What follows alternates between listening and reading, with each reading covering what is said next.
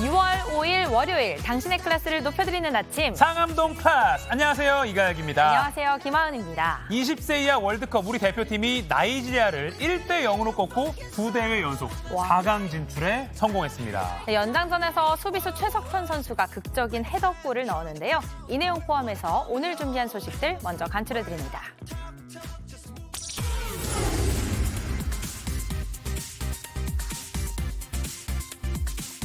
유튜버로서 도를 넘은 사적 제재의 행위가 아닐까 하는 우려도 분명히 있습니다.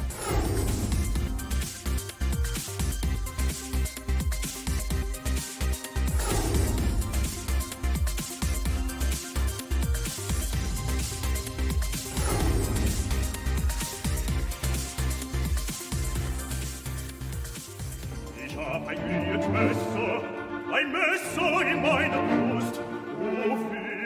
Oh weh, das schneit so tief.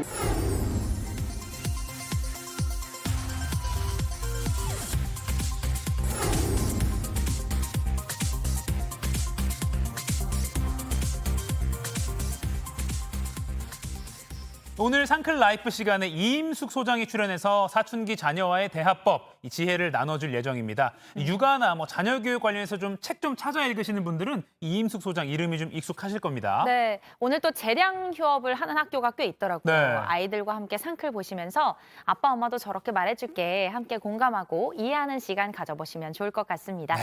자, 그럼 날씨부터 알아보겠습니다. 김민지 기상캐스터, 어제 한낮에 꽤 덥던데 오늘은 어떤가요? 네, 오늘 징검다리 휴일이라 나들이 계획 세우신 상클이 분들 많으실 것 같습니다. 오늘 전국이 대체로 맑은 가운데 강원과 내륙을 중심으로 30도 안팎의 무더운 날씨 보이겠습니다.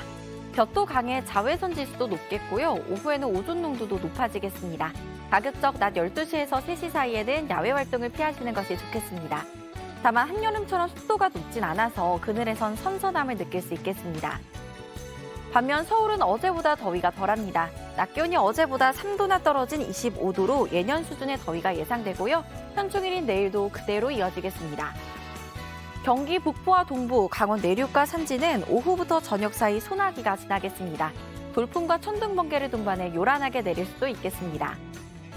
비구름대의 영향이 없는 강원 영동은 당분간 건조하겠고요. 제주도는 오늘 오후부터 내일 낮 사이 20에서 60mm의 비가 내리겠습니다. 현재 서울, 전주 19도, 창원, 부산 22도 보이고 있습니다. 한낮에는 대전 27도, 대구 28도, 강릉은 31도까지 오르겠습니다. 내일 전남 남해안에 오전 한때 비 소식 있겠고요. 내륙은 대체로 맑겠습니다. 지금까지 날씨 정보 전해드렸고요. 이어서 교통 상황 알아보겠습니다. 한국도로공사 나와주세요. 네, 징검다리 연휴 속 월요일이라 오늘도 쉬는 분 많은가 봅니다. 평소보다 출근 정체가 훨씬 덜한데요. 먼저 의정부 쪽에서 도심 향하는 도로죠. 수도권 제1순환선은 남양주부터 상일까지 막히지만 동부간선로는 성동교 부근에서만 정체라 지금 도봉터널에서 성수까지 24분 정도면 되겠습니다. 내부순환로나 한강 주변길, 동서로 이동도 대체로 무난한 편입니다. 네, 올림픽대로 상황 보면 강동구 쪽 통과도 이렇게나 여유가 있는 편이고요. 강남권 통과도 한남대교 부근에서 잠깐 속도 내려가는 정도입니다. 네, 같은 시각 고속도로의 출근길은 주로 용인 지역에서 정체인데요. 경부선 부산 방향으로 용인시 신갈 주변에서 막히고요. 다시 한번 오산부터 남사까지 더딥니다. 곳에 따라 안개가 껴있는 곳도 있으니까 주의 운전해 주시기 바랍니다. 50번 영동선 강릉 방향도 마성에서 양지터널까지 더딥니다.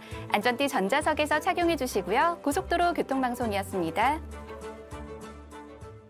1년 전 부산에서 한 남성이 집에 가던 20대 여성을 무차별 폭행했던 이른바 부산 돌려차기 사건이 또 다른 논란에 휩싸였습니다.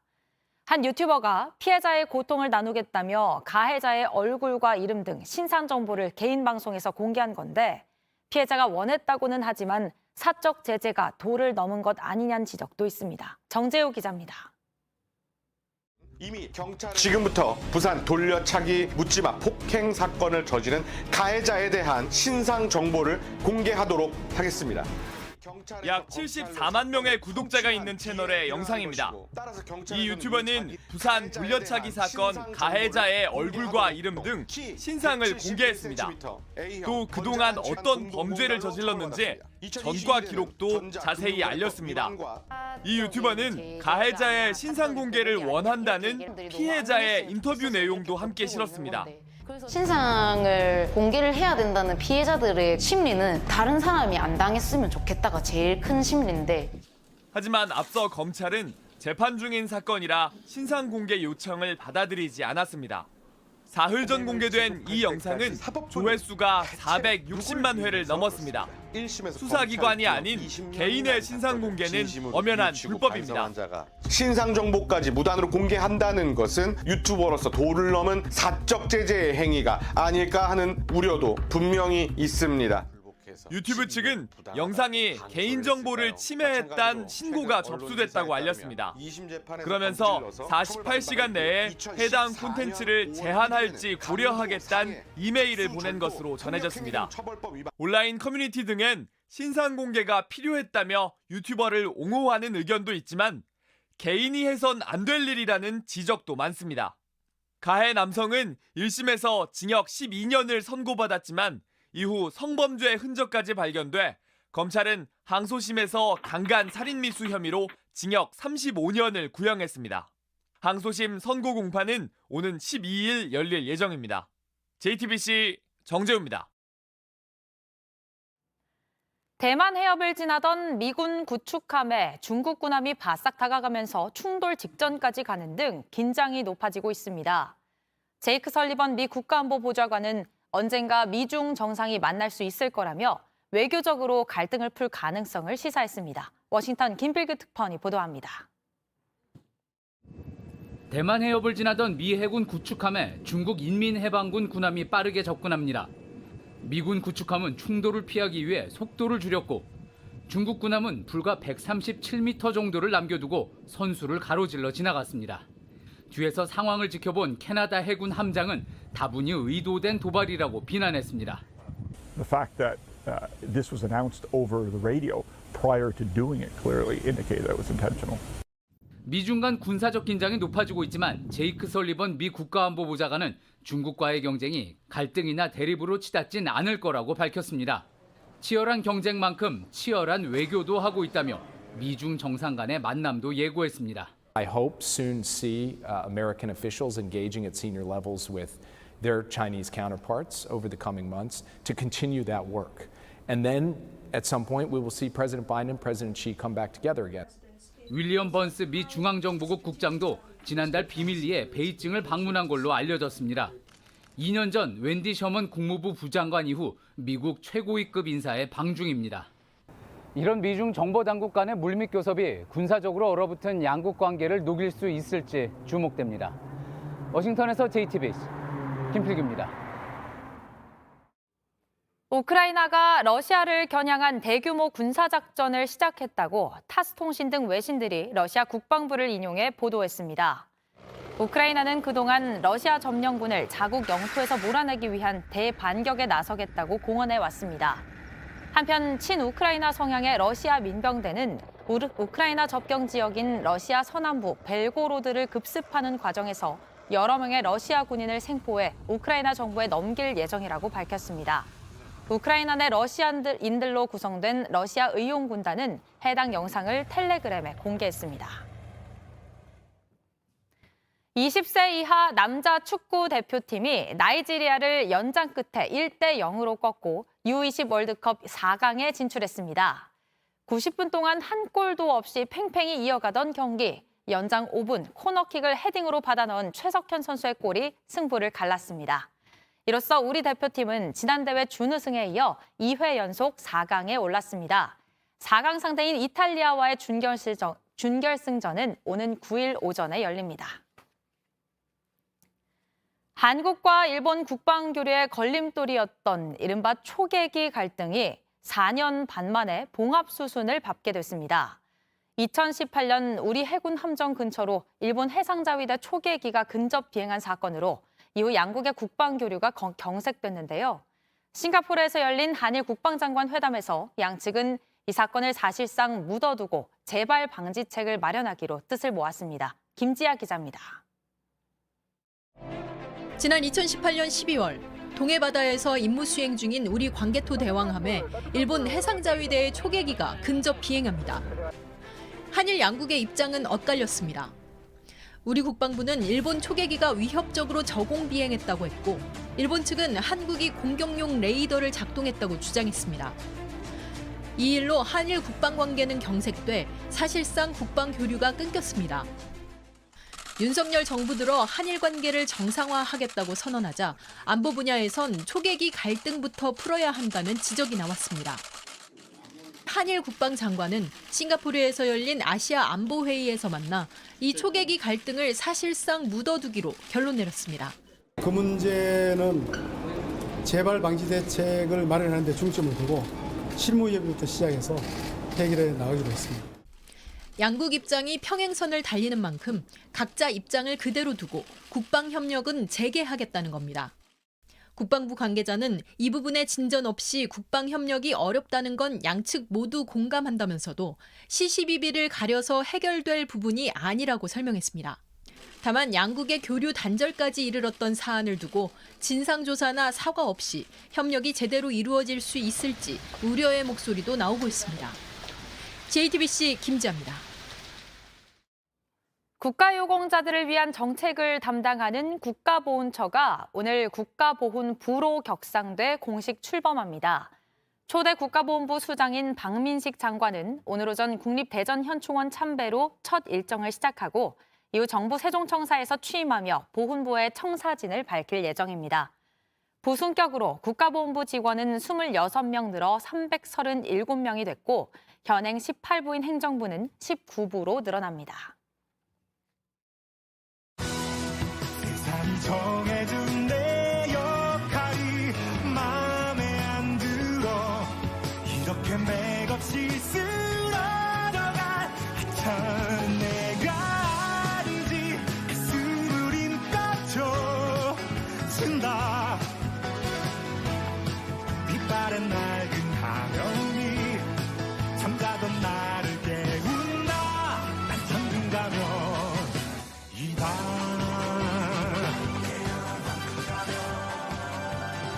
생방송 상암동 클래스, TV뿐만 아니라 유튜브 JTBC 뉴스 채널이나 네이버 뉴스 페이지에서도 실시간으로 함께 보실 수 있습니다. 국내의 뉴스 더 살펴보겠습니다. 도시락 이슈 이도성 기자, 월드클래스 이용주 캐스터 나왔습니다. 안녕하세요. 안녕하세요. 반갑습니다. 오늘 두 분 다 뭔가 굉장히 멋있어요. 그래요? 네.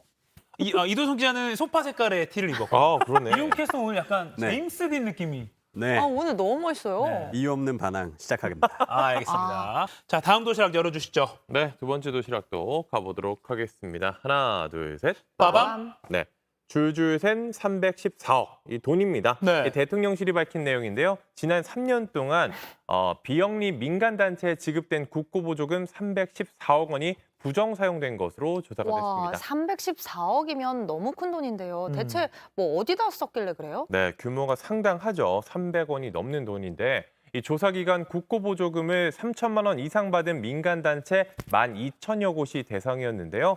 한 민간단체는 묻힌 민족영웅 발굴이라는 명목으로 보조금을 받았는데 현 정권 퇴진운동에 나서겠다는 내용의 강의를 한 강사에게 강사비를 지급한 것으로 드러났습니다. 이게 이제 목적 외 사용이겠는데요. 네. 이 단체는 한 매체를 통해서 세미나에서 시대상을 요약한 것이라며 행정적 실수라고 주장을 했습니다. 또 다른 단체는 이 단체 대표가 실제 존재하지 않는 서류상의 단체를 만들었는데요. 자신이 근무했던 사설학원의 주소와 강의실 등을 이용했습니다. 2년 전 3천여만 원을 받았다고 합니다.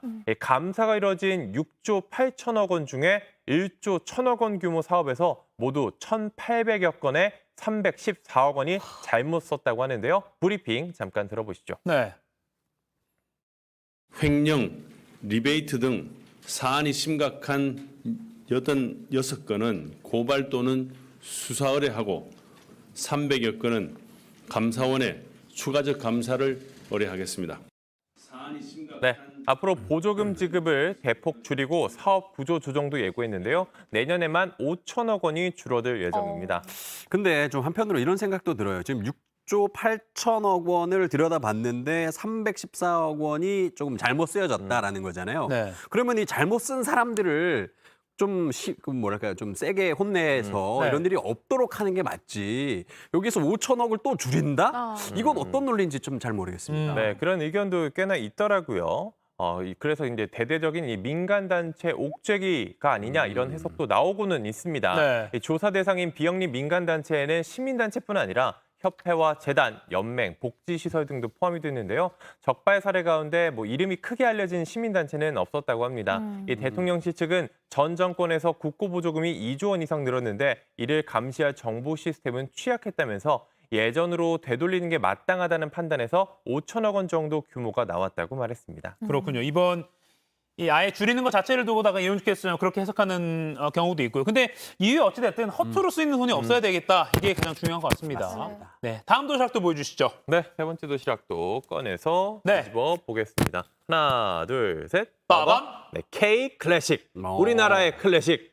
이 성악가 김태한, 이 퀸 엘리자베스. 네. 왜 이렇게 웃으시죠? 약간 변사 약간. 우리나라의 클래식 이렇게 해서 기분 좋은 갑자기. 소식이라서. 좋아서. 기분 좋은 소식이라서 네네네. 해봤습니다. 이 퀸 엘리자베스 콩쿠르라는 대회에서 우승을 했습니다. 이 김태한이요. 이게 세계 3대 클래식 경연대회 중 하나인데요. 아시아권 남성 성악가가 이 대회에서 우승한 거는 이번이 처음입니다. 와. 영상 먼저 보시죠.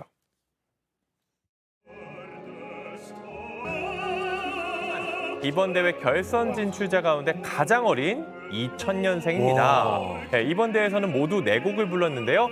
1988년 성악 부문이 생긴 퀸 엘리자베스 콩쿠르에서 처음 우승한 아시아 출신 남성 성악가로 이름을 새겼습니다. 한번 잠시 감상해 보시죠.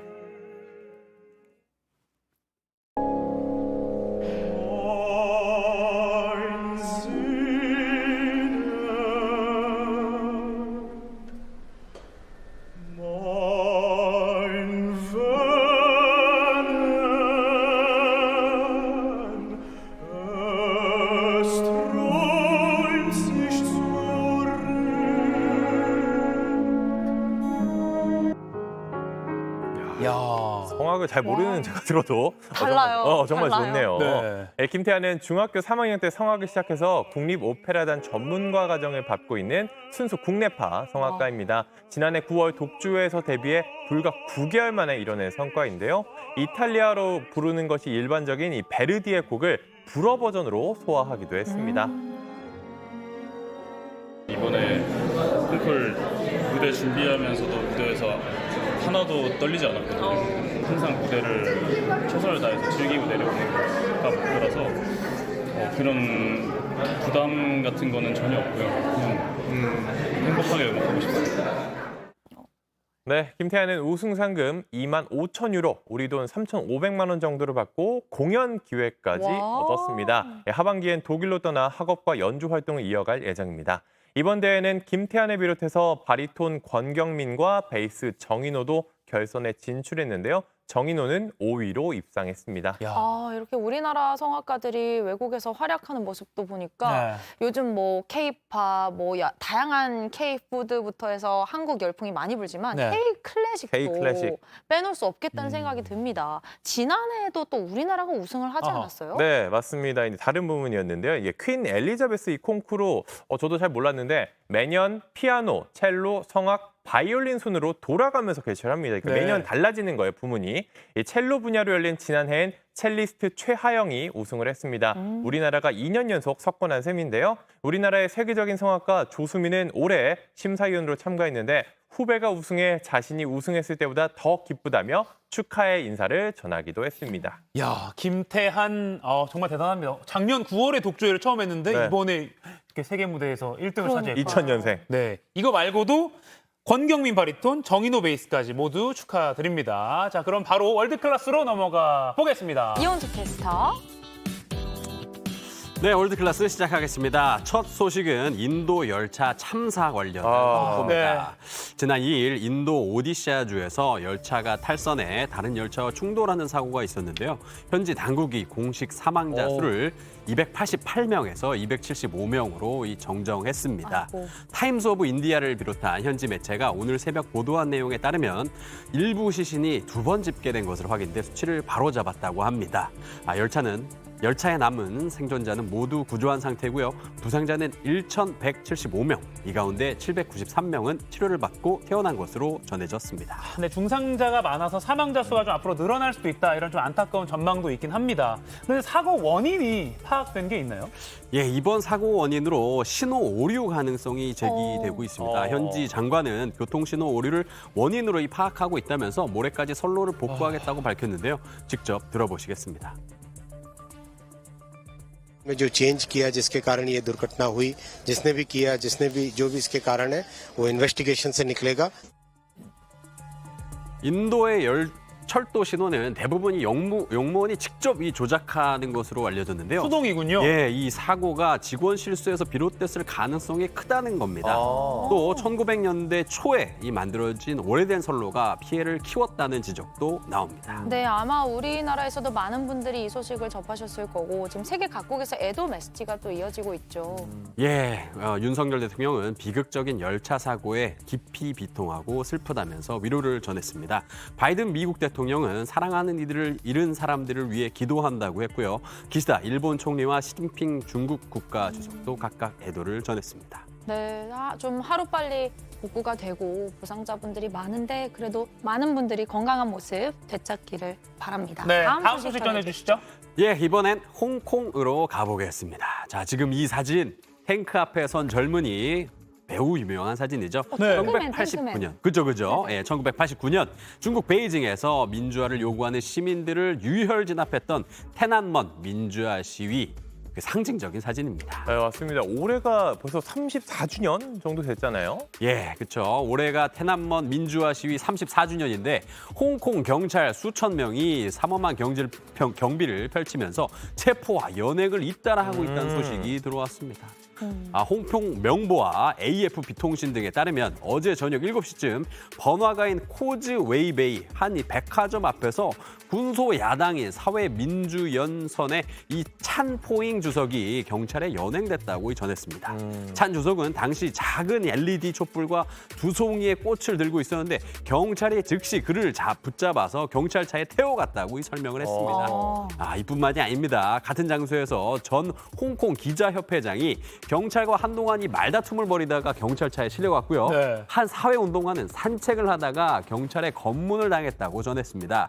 집회 참석한 시민 인터뷰 들어보시죠. 네. 那我觉得自由是争取而来的，而不是我们现在可以这样讲话，都是就是有钱人这样争取。那我们要记住这个历史，就是。 근데 이렇게 홍콩에서 유독 이런 연행이 계속 이어지는 이유가 뭡니까? 중국 본토에서는 이 워낙에 삼엄한 경비와 통제가 이루어지고 있고요. 네. 태난먼 민주화 시위 이듬해인 1990년부터 매년 6월 4일 저녁 홍콩 빅토리아 파크에서 시위 희생자들을 추모하는 수십만 명 규모의 촛불 집회가 이어져 오고 있습니다. 그렇죠. 원래 열려왔죠. 예, 그러다가 2019년 반정부 시위가 거세게 벌어진 후에 2020년부터는 코로나19를 이유로 당시 홍콩 경찰이 30여 년 만에 추모 집회를 불허했고요. 코로나 봉쇄가 풀린 올해 집회 규모가 커지자 이 같은 일이 벌어지고 있는 것으로 보입니다. 현재도 홍콩 경찰은 대테러 부대원 등 5천 명 이상의 경찰관이 홍콩 주요 지역에 배치돼 삼엄한 경비를 펼치고 있는 것으로 전해지고 있습니다. 다음 소식 넘어가 보겠습니다. 요즘 운전할 때 내비게이션 없는 거에 상상하기 굉장히 힘들죠. 근데 너무 의존하시는 분들 좀 주의를 하셔야 될 것 같습니다. 미국 하와이 한번 가볼까요? 미국 하와이 카일루아코나의 한 항구입니다. 그런데 지금 보시면은 물에 배가 아니라 웬 자동차 한 대가 들어가 있어요. 황당하게도 내비대로 밤길 운전을 하다가 지금 빠진 겁니다. 아니, 내비 안내를 따라갔는데 저렇게 물에 빠졌어요? 예, 다행히 주변에 사람들이 있어서 운전자는 무사히 구조가 됐지만요. 운전자는 차량 내비게이션에 GPS 안내를 따르고 있었는데 처음엔 그냥 큰 웅덩이를 지나가는 줄 알았다. 이렇게 설명을 했어요. 근데 사실 거기가 바다였던 거죠. 우리나라에서도 어디 지점을 찾아서 내비를 따라갔다가 보니까 낭떠러지가 나와서 깜짝 놀랐다. 이런 경험담이 예전에 있었어요. 그렇죠. 내비 너무 맹신하면 안 될 것 같아요. 더욱 이상한 건 말이죠. 이런 사고가 이번이 처음이 또 아니라는 거예요. 같은 장소에서 불과 지난달에도 비슷한 사건이 이렇게 있었습니다. 한 쌍의 관광객이 내비를 따라가서 운전을 하다가 또 이 항구에 빠진 거예요. 당시 목격자에 따르면 자동차가 빠른 속도로 항구를 향해 곧장 달려가서 왜 저러나 싶었는데 그게 다 이 내비의 잘못된 안내 때문이었던 겁니다. 와, 아니, 저는 내비게이션에 엄청 의지하거든요. 네. 아니, 이렇게 사고로 안내를 하는 내비게이션이라면 이건 거의 무슨 공포영화 소재로 쓰일 만한 이야기예요. 그러니까요. 내비가 귀신에 울린 것 같죠. 그러게요. 이 내비게이션이 왜 운전자들을 바다 안으로 안내했는지 아직 원인은 규명되지 않았습니다. 근데 우리 면허 딸 때 배우잖아요. 내비대로 운전하면 편하긴 하지만 도로 표지판, 주변의 지형지물 잘 보면서 주의하는 자세 정말 필요한 것 같습니다. 네. 자, 이번에 사고가 아니라 스스로 즐겁게 바다에 뛰어든 사람들 만나보시겠습니다. 지금 미국 보스턴에서 클리프 다이빙 대회가 열렸는데요. 저렇게 아찔한 높이에서 한치의 망설임도 없이 뛰어내리는 선수들의 모습에 이 관객들의 탄성 쏟아져 나오고 있습니다. 와, 근데 아까 저희 지금 올라선 거잖아요. 네. 저는 서 있지도 못할 것 같아요. 그렇죠. 사람이 밑에 개미처럼 보이는데 거기서 뛰어내리고 있어요. 보통 이렇게 30m 가까운 높이에서 뛰는 걸 하이다이빙이라고 하거든요. 낙하 속도가 거의 시속 100km에 달해서 일반적인 다이빙보다 부상 위험이 훨씬 높다고 합니다. 하지만 다들 거침없이 지금 러브다이브 하고 있습니다. 게다가 몸을 비틀거나 앞뒤로 막 회전하면서 막 아름다운 퍼포먼스까지 막 보여주고 있어요. 와, 여기 화면으로 보기만 해도 이렇게 네. 탄성이 절로 나오는데 현장에 있었으면 어땠을까 신기합니다. 네, 이 아찔한 스포츠를 3초의 예술이라고 부르는데요. 왠지 지금 알 것 같죠? 네. 지난 2009년 처음 열린 이 대회는 스위스, 프랑스, 파리 등 전 세계를 돌면서 치러지고 있습니다. 각국의 다이빙 선수들이 해마다 명장면을 탄생시키면서 인기 대회로 자리 잡았는데요. 하이다이빙이 보다 대중적으로 자리 잡으려면 우리나라에서도 대한민국에서도 한번 열어야 되는 거 아닌가 이런 생각 드는데. 보기엔 좋은데 저는 사실 무서워가지고 네. 그래도 한번 열린다 그러면 보고 싶네요. 이용조 캐스터 할 수 있어요? 저는 출전할 수 있습니다. 해주세요. 자, 지금까지 월드클래스였습니다.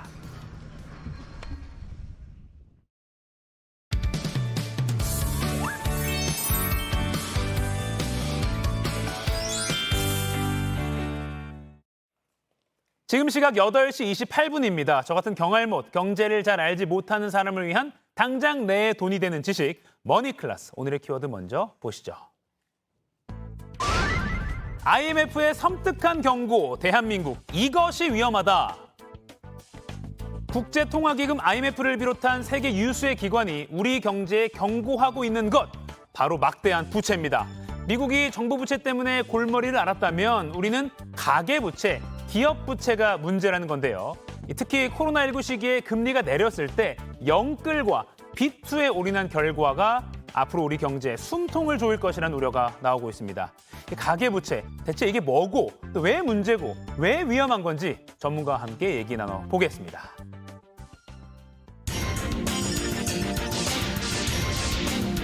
경제 빅픽처를 그려주시는 분이죠. 김광석 한양대 겸임교수와 얘기 나눠보겠습니다. 안녕하세요. 네, 안녕하세요. 자, 우리나라 이 가계부채 또 기업부채가 그동안 보지 못한 수준이다라는 말이 나오더라고요. 네, 얼마나 심각하길래 그렇습니까? 네, OECD 회원국 중에서 우리나라가 유일하게 우리나라의 경제 규모, GDP보다 가계부채 규모가 더 큰 나라입니다. 그러니까 경제 규모를 보여주는 GDP 대비 가계부채가 차지하는 비중, 그 비중이 100%를 넘어섰으니까요. 우리나라의 경우 102.2%입니다. 보십시오. 네. GDP 대비 가계부채 규모를 보시면 국제금융협회에서 조사된 데이터인데요. 가계의 경우 102.22%로 압도적인 1위고요. 네. 2위가 혹시 어딘지 아세요? 2위가 홍콩인데요. 홍콩. 예, 홍콩 같은 경우 95.1%니까. 100이 안 되네요. 예, 우리나라만 유일하게 큰 나라고요. 네. 가계부채뿐만 아니라 기업부채도 118.4%로 4위 수준에 달합니다. 그러니까 굉장히 높은 수준의 부채를 의존하고 있는 가계와 기업의 모습이다 생각할 수 있고요. 정부는 상대적으로 비중은 좀 낮습니다. 우리나라는 22위권이기 때문에 상대적으로 가계와 기업이 많은 부채, 과도한 부채에 의존해서 비즈니스를 하거나 가게 살림살이를 하고 있구나 이렇게 생각해 볼 수 있겠죠. 네, 그러니까 정부 부채 같은 거는 좀 괜찮다. 근데 네. 추이를 좀 보고 어떻게 좀 변했는지도 좀 궁금한데 네. 준비가 된 게 있죠? 아, 나오네요. 네, 가계대출 잔액, 그러니까 가계 신용 데이터인데요. 2018년 기준에 대략 뭐 1,446조 요 정도 기록했다가 네. 꾸준히 늘었죠. 꾸준히 늘어서 지금 현재는 1,749조 원. 그러니까 약 2,000조가 안 되는 그런 네. 규모고요. 물론 21년부터 금리가 올라갔잖아요. 그러면서 가계부채 규모의 증가 속도가 주춤해지거나 살짝 줄어드는 경향이 있습니다. 네. 그러니까 가격이 높으면 가계부채를 짊어지기가 어렵잖아요. 가격이 올라가서 그렇다고 볼 수 있는데 어쨌든 지금 가계부채 규모가 장기적으로 봤을 때 꾸준히 늘고 있는 현상이라고 볼 수 있겠습니다. 와, 1,749조. 저게 제 것도 들어가 있을 텐데. 아무튼 네. 그렇습니다. 야, 근데 부채가 많다는 얘기는 들었는데 우리나라가 그러니까 OECD 중에서도 가장 높고 GDP보다도 높은 수준이다. 이건 조금 놀라운 충격적인 수치네요. 네. 그럼 우리나라가 유독 이렇게 빚이 많이 쌓인 네. 가계부채가 심각해진 이유는 뭐 따로 있습니까? 이유는 굉장히 많습니다. 네네. 뭐 빚을 지는 이유가 저마다 다 다르니까요.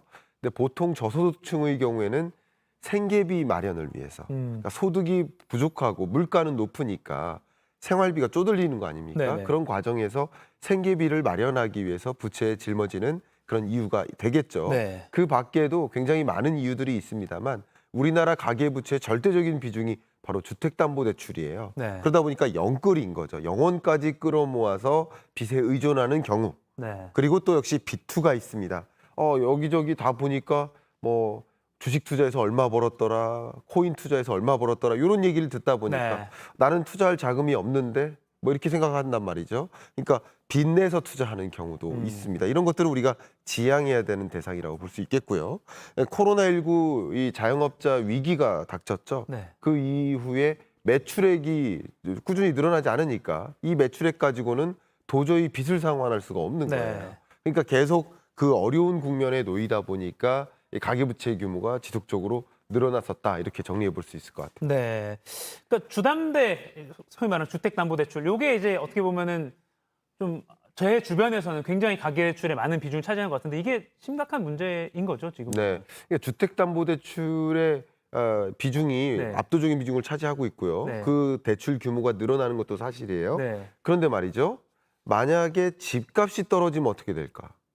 그러니까 집값이 폭등하는 것도 위험한 거예요. 네. 양극화를 초래하니까. 그러니까 집값이 폭락하는 것도 위험합니다. 그래서 현재 정부가 경착륙이 아닌 연착륙을 유도한다. 네. 집값이 떨어진다 하더라도 안정적으로 떨어져야 되고 오른다 하더라도 안정적으로 올라야 되는데 그러니까 집값의 상승 속도 혹은 하락 속도가 너무 과도하다 보면 이 집을 팔아도 담보대출이라는 게 뭐예요? 이것을 담보로 빚을 빌린 건데 네. 근데 그 빚을 진 사람 입장에서 집을 팔아도 빚을 못 갚는다. 돈이 안 된다면 그러면 굉장한 금융부실이 문제가 되겠죠. 예. 그러니까 그런 현상까지 생각해 보면 현재 나름 주택 가격의 상승세가 이게 하락세가 그래도 점차 연착륙화되고 있는 모습은 긍정적인 모습이라고 평가할 수 있지 않을까 생각합니다. 네. 근데 뭐 주변에서 뭐 빚 내는 거 두려워하면 안 돼. 아니면 네. 뭐 능력 있으니까 빚도 내는 거야 이런 말도 있어서 네. 그 경제 규모가 어느 정도 생기면 국가적으로 따져도 빚을 내는 게 좀 괜찮은 거 아닌가라는 생각도 들기도 하는데 네. 그런데 왜 우리나라의 가계 부채를 뭐 네. 한국 경제의 뇌관이 될 것이다, 폭탄이 될 것이다 이렇게 네. 외국 기관들이 경고를 하고 있는 이유는 뭡니까? 그러게요. 이 가계부채 규모가 늘어나는 것 자체, 네. 그 자체만 보고 이게 문제다라고 할 수는 없습니다. 1,700조, 1,800조 늘어난다. 그거 자체가 문제가 되는 건 아닙니다. 근데 GDP의 증가 속도는 주춤한데 가계부채 규모는 빠르게 늘어난다. 이런 문제죠. 다른 말로 우리 가계 단위로 생각을 해보면 소득은 정체되어 있는데 부채 규모만 늘어난다. 아하. 실제 그런 현상이 나타나고 있거든요. 소득의 증가 속도보다 가계부채의 증가 속도가 빠르기 때문에 네. 결과적으로 어떤 문제가 발생할까요? 갚지 못할 부채가 생길 수 있겠구나. 네. 상환 능력을 보는 겁니다. 상환 능력이 떨어지고 있다라고 해석할 수 있고요. 그러니까 이자 상환 부담은 계속 가중되고 금리도 계속 올라갔고 네. 변동금리 대출자가 78.5%나 됩니다. 그러니까 금리는 계속 올라갔고 이자 상환 부담 커지고 원금과 이자를 갚을 능력은 상실되고 네. 그러면 상환하지 못하는 부채가 있을 수 있지 않겠습니까? 네네. 그럼 무슨 문제가 생길까요? 바로 연체율이 늘어납니다. 그래서 연체율이 계속 늘어나는 과정에서 연체가 보세요. 네. 5대 은행의 연체율이 22년 4월부터 1년 동안 급격히 늘었죠. 8개 카드사의 연체율도 볼까요? 역시 마찬가지입니다.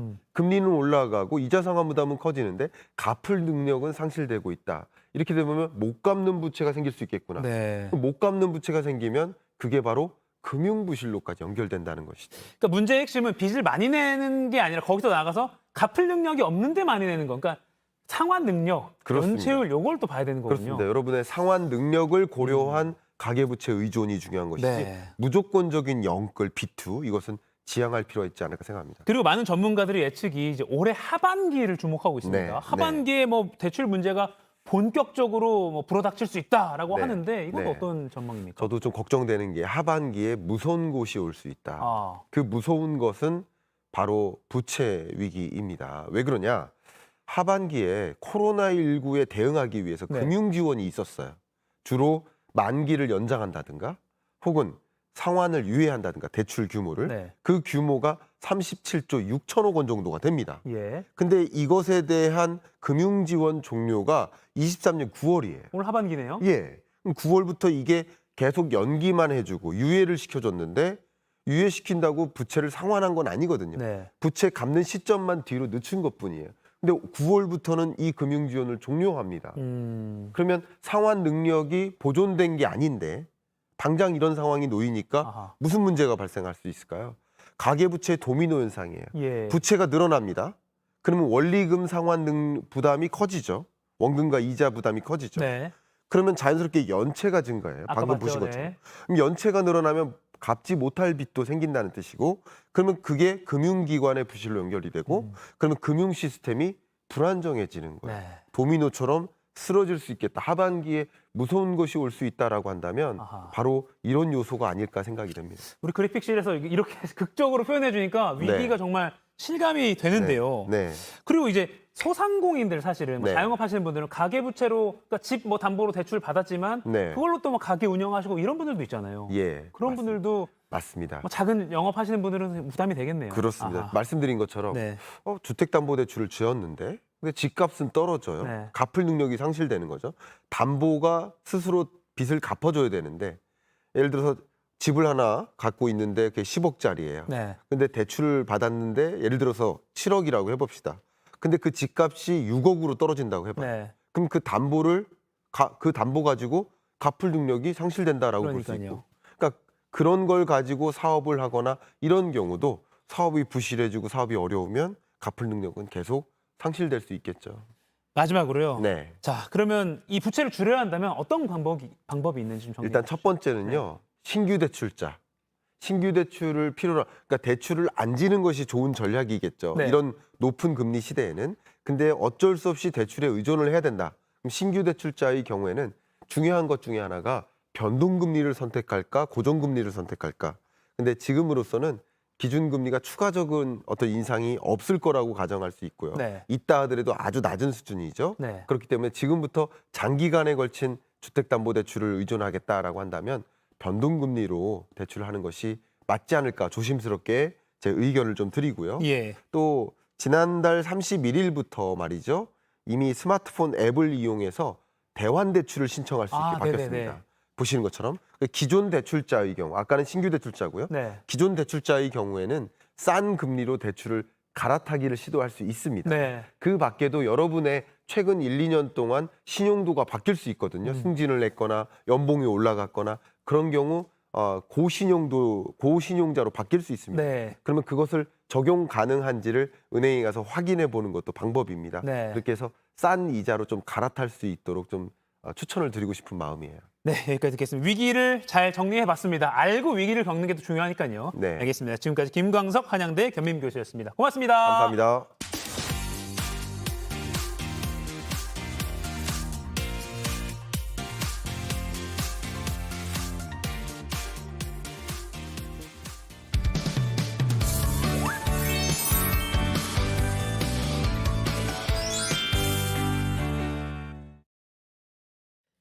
상클 라이프 시간입니다. 하루하루 배움에는 끝이 없죠. 매주 월요일엔 남녀노소 누구나 다양한 지식을 채울 수 있는 소중한 아침 시간 선물해 드리는데요. 특히 오늘은 자녀를 키우는 집에서 꼭 보셔야 할 내용입니다. 오늘의 주제부터 만나볼까요? 네. 사춘기 자녀 마음을 움직이는 부모의 전문 용어. 학교에서 아이가 돌아왔어요. 근데 표정이 안 좋아서 너 왜 그래? 그랬더니 나 원래 그래 하고 문 쾅 닫고 막 집에 가는 경우 방에 들어가는 경우 많잖아요. 다 혹시 어릴 때 아니에요? 전 그렇지 않았습니다. 저 어머니 보고 있을 수 있는데요. 네. 이럴 때 뭐라고 해야 될지 부모 입장에서 난감합니다. 그런데 뭐 경제, 스포츠 같이 분야별로 전문 용어가 있잖아요. 예. 엄마 아빠가 해야 될 말도 전문 용어가 있다고 강조하는 분이 계십니다. 맑은 숲 아동청소년 상담센터 이임숙 소장님 나오셨습니다. 안녕하세요. 안녕하세요. 반갑습니다. 자, 문 쾅 닫고 들어갔어요. 네. 이렇게 사춘기 자녀와 소통하는 게 어려운 이유가 있나요? 문탕 닫고 들어갔을 때 너 왜 그래 이렇게 묻잖아요. 네네. 그러면 애들이 나 원래 그래요. 너가 뭐 원래 그러냐고, 너 원래 안 그랬던 아이라고 이제 말씀하시는데 네. 사실은 부모님은 지금 아이의 행동에 대해서 말씀하시잖아요. 네네. 근데 아이의 이 감정은 과거에 어릴 적부터 쌓여온 스트레스를 터뜨리면서 하는 말이거든요. 그러니까 안 맞아요, 대화가. 네. 지금 왜 그래라고 부모는 초점을 하고 그렇죠. 있지만 네. 쌓여왔던 거다. 네. 어릴 때부터 쌓였던 게 사춘기쯤 되면 마구마구 이제 터져나와요. 터지는 거죠. 네. 근데 아이들을 그렇게 속상하게 만드는 대표적인 말들이 또 뭐가 있을까요? 사실은 이제 부모님들이 아이들에게 뭔가 공부 같은 걸 시킬 때, 그러니까 좀 더 어릴 땐 너무너무 사랑을 많이 주시고 잘 키우시다가 네. 뭔가 공부를 가르쳐야 된다라는 그 시점부터 부모님도 모르게 너 왜 그래? 열심히 해야지. 왜 이렇게 못하니? 친구랑 비교 또 많이 하잖아요. 비교. 걔는 뭐 잘하던데, 뭐 어떻다던데. 형제 자매랑도 비교하시고 또 아이들이 숙제를 해야 되는 이제 초등 시기가 되면은 딴 거 하지 말고 숙제하라고 또 강요를 하시고 네. 이런 것들이 꾸준히 누적되어 오면 아이들은 굉장히 그 속에서 잘 해내기가 어렵잖아요, 사실은. 그러다 보니 스트레스도 많이 쌓이고 나는 잘 못하는 아이가 아닌가 이런 좌절감들이 좀 생기는 거죠. 네.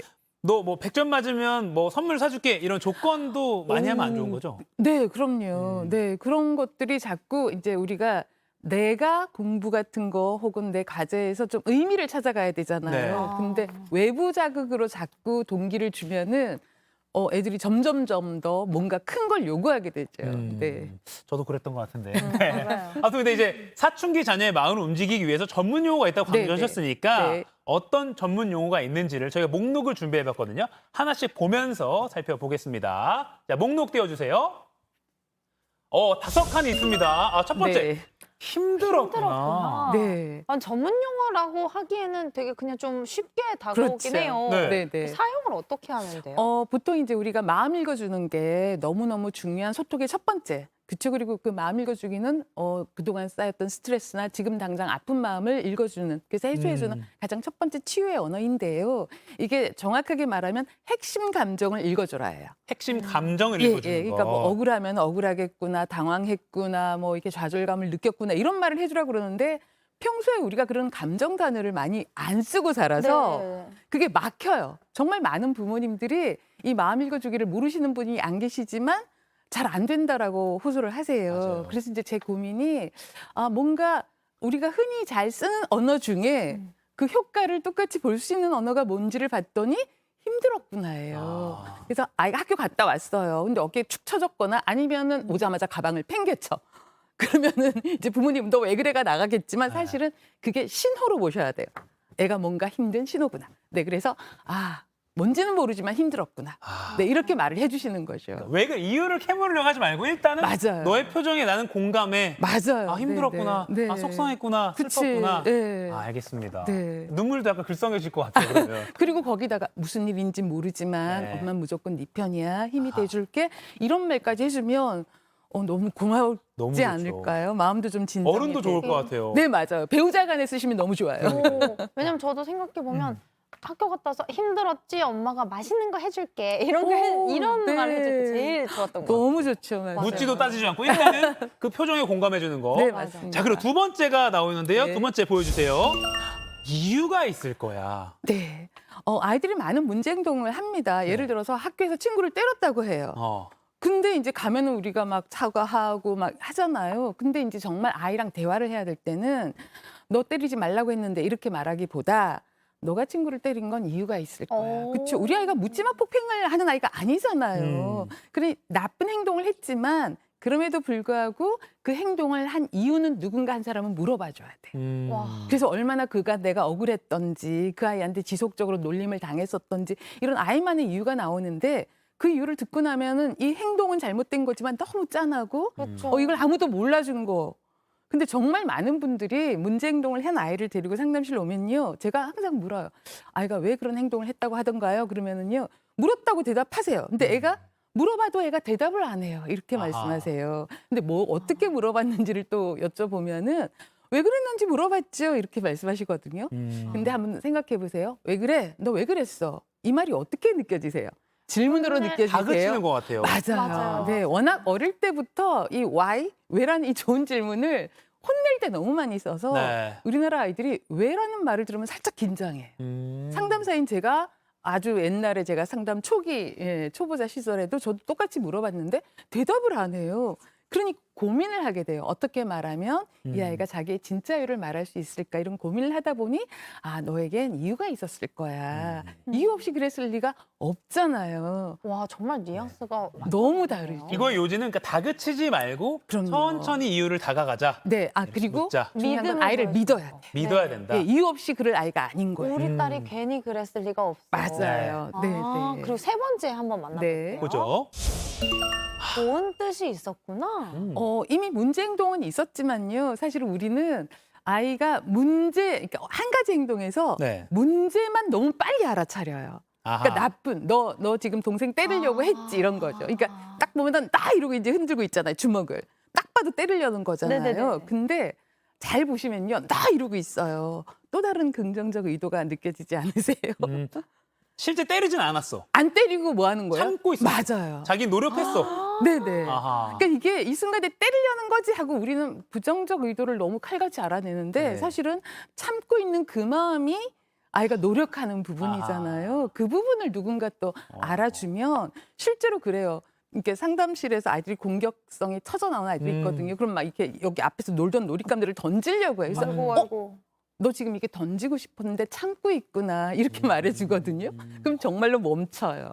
근데 이 세 번째는 전 진짜 생각도 못했어요. 아니면은 동생을 잘못을 고쳐주려고 했던 거구나 이런 식으로 약간 그럼요. 이런 좋은 거를 계속 동생이 발굴해서. 그런 행동 안 하길 바랬구나. 네, 이런 거가 진짜로 중요한 행동이 달라지는 언어입니다. 힘들었구나 이유가 있을 거야 좋은 뜻이었구나. 그다음에 네 번째 뭔지부터 빨리 보죠. 훌륭하구나. 이건 알 것 같아요. 칭찬은 고래도 춤추게 하잖아요. 그럼요. 근데 이제 무엇을 칭찬할 건가의 문제에서 우리는 많은 경우 잘한 거를 칭찬을 하는데요. 잘한 것보다 이 아이가 갖고 태어난 강점. 그러니까 뭐 배려를 잘하면 넌 참 배려를 잘하는구나. 새로운 아이디어를 많이 얘기하면은 굉장히 창의성이 있구나. 싫은 걸 잘 참고 있어요. 그럼 끈기가 있구나. 이런 말들이거든요. 그러니까 결과를 잘한 것만 우리가 주로 칭찬하는데 과정에서 보이는 행동들. 또는 그 아이가 그냥 태어난 그 자체에서의 그냥 성질이나 이런 거. 그러니까 타고난 기질이라고 그러잖아요. 그러니까 모든 기질은 강점이에요. 네. 근데 이 기질을 좀 성숙하게 키워주는 건 부모님 역할인 거죠. 예를 들어 막 느리고 행동이 굼뜨면 차분하구나. 신중하게 생각하는구나 이렇게 되어가는 거죠. 많이 배우고 발상의 있습니다. 전환을 해야 되겠네요. 그럼요. 네. 선생님 아주 강의 내용이 훌륭하구나. 자, 마지막 5개 좀 보죠. 5번째 보죠. 어떻게 하면 좋을까? 이건 뭔가요? 살다 보면 우리 아이가 오늘도 많은 문제 행동을 했고 실수를 했잖아요. 근데 살다 보면 내일도 다음 달도 생겨요. 그렇죠? 그래서 앞으로도 비슷한 일은 또 생길 텐데 우리 앞으로는 어떻게 하면 좋을까라고 물어봐주면 이게 예상하고 예측하고 예방할 수 있게 되는 거죠. 그럼 이게 다음에 동생이 또 이렇게 하면 그때는 어떻게 하면 좋을까? 이런 식으로요? 그러니까 함께 해결하는 그런 엄마와 아빠가 억지로 얘를 끌고 가는 게 아니라 나도 함께 해결하는 주체라는 그런 만족감이 들 것 같아요. 그렇죠. 그리고 어떻게 하면 좋을까라고 했을 때 정말 좋은 질문은 생각하게 만들잖아요. 그 순간부터 아이가 주도적으로 생각하게 돼요. 그리고 돌이켜 생각해보면 저도 어릴 때 이미 나는 답을 알고 있는데 인정하고 싶거나 그거를 드러내고 싶지 않아서 네. 더 반항했던 적이 많았던 것 그렇죠. 같아요. 또 반항심에 내가 좋은 방법을 알아도 아니라고 막. 네. 근데 이렇게 우기죠. 물어봐주면 네. 그냥 너무 자연스럽게 다음엔 내가 좀 더 이렇게 해볼게. 네, 엄마 내가 알아서 얘기할 수 할게. 있을 뭐 것 이렇게 같아요. 이렇게 하면 될 것 같아요. 이런 말을 하는데 그런 말을 듣게 되면 부모님은 되게 안심이 되고 네. 우리 아이가 너무 기특하구나를 깨달으시는데 그까지 대화가 안 간 거예요. 네. 마지막으로요. 요거를 네. 이제 알았어요. 5개 몽도고 막 지금 시청자분들 외웠어요. 막 엄마랑 지금 아빠랑 외웠어요. 네. 어떻게 잘 쓸 수 있는지 실천할 수 있는 방법을 좀 짧게 설명해 주시죠. 사실은요, 이제 뭐 저뿐만이 아니라 많은 전문가들이 많은 대화법을 알려주고 있잖아요. 네. 근데 제가 조금 보면은 부모님들한테 여쭤봐요. 요리 레시피 하나를 좋은 레시피를 하나 얻으면 그 하나를 완성시키기 위해서 이 레시피를 몇 번 보시나요? 하고 여쭤봐요. 근데 많은 분들이 5번, 10번은 보는 것 같아요. 그래요. 그럼 지금 제가 5가지 전문 용어 알려드렸는데 지금 기억하실 것 같잖아요. 근데 막상 아이 행동 앞에서 이거를 다시 확인하고 하시는지 네. 대강 그게 뭐였더라 생각하시면서 하던 대로 하시는 거예요. 그래서 저는 요리 레시피처럼 딱 붙여놓으시고요. 보시고 잠깐만 하고 보시고 얘기하고 보시고 얘기하고 이렇게 해서 몸에 배이도록. 네. 네. 발성 연습하듯이 입으로 직접 해보는 것도 중요한 것 같습니다. 맞아요. 지금 보시는 분들 너무 짧다 느껴지시죠? 이럴 줄 알고 우리 선생님을 유튜브 방송으로 계속 이어서 모시겠습니다. 월수금요일만 볼 수 있는 상쾌 2교시 JTBC 뉴스 유튜브에서 잠시 후 이어지겠습니다. 맑은 숲 아동청소년 상담센터 이임숙 소장님과 얘기 좀 더 나눠보겠습니다. 소장님 조금만 더 기다려 주십시오. 네. 고맙습니다. 네, 고맙습니다. 고맙습니다.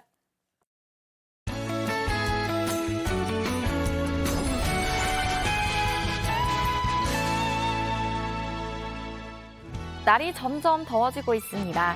징검다리 휴일인 오늘도 전국이 대체로 맑은 가운데 강원과 내륙을 중심으로 30도 안팎의 무더운 날씨 보이겠습니다. 한낮에 강릉이 31도, 대구가 28도로 다소 덥겠고요. 강한 자외선과 짙은 오존은 주의해 주셔야겠습니다. 다만 한여름처럼 습도가 높진 않아서 그늘에선 선선함을 느낄 수 있겠습니다. 경기 북부와 동부, 강원 내륙과 산지는 오후부터 저녁 사이 소나기가 지날 텐데요. 양은 많지 않지만 돌풍과 천둥, 번개를 동반해서 요란하게 내릴 수 있겠습니다. 비구름대에 영향이 없는 강원 영동은 당분간 건조하겠고요. 제주도는 오늘 오후부터 내일 낮 사이 20에서 60mm의 비가 내리겠습니다. 현재 전국적으로 기온이 많이 올라와 있습니다. 서울, 청주 21도, 대구 23도, 강릉은 벌써 24도까지 올랐습니다. 한낮에는 서울이 25도, 창원, 부산 27도 예상됩니다. 당분간 한낮 더위는 계속되겠고요. 내일 전남, 남해안과 제주를 제외하고는 대체로 맑을 전망입니다. 날씨였습니다. 네, 지금 유튜브 댓글창에 저희 상크리 분들이 저한테 꼭 필요한 수업이네요. 참고 있구나. 부모가 알아줘야 하는데 네. 전혀 부모는 모른 채 지나가는 것 같아요. 많이 공감을 해주셨어요. 네, 아까 5개죠. 힘들었구나, 이유가 있을 거야, 좋은 뜻이었구나, 훌륭하구나, 그다음에 어떻게 하면 좋을까? 오늘 배운 사춘기 자녀들에게 꼭 해야 할 이 리액션 5가지 기억하시면 좋겠습니다. 네, 이어서 유튜브로만 볼 수 있는 상클 2교시 지금 바로 시작합니다. JTBC 뉴스 유튜브 채널로 접속해 주시고요. 이임숙 소장과 자녀와의 대화법 이야기 더 들어보고 실시간으로 질문 받겠습니다. 네, 저도 인사드리고 바로 유튜브로 넘어가 있겠습니다. 오늘도 상클하세요.